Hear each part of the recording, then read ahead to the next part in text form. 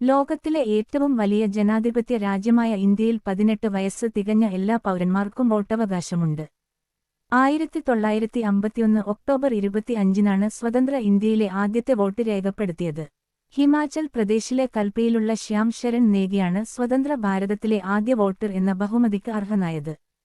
ആദ്യകാലങ്ങളിൽ വോട്ടിംഗ് പ്രായം 21 വയസ്സായിരുന്നുവെങ്കിലും 1988-ലെ ഭരണഘടനാ ഭേദഗതിയിലൂടെ അത് 18 വയസ്സായി കുറച്ചു.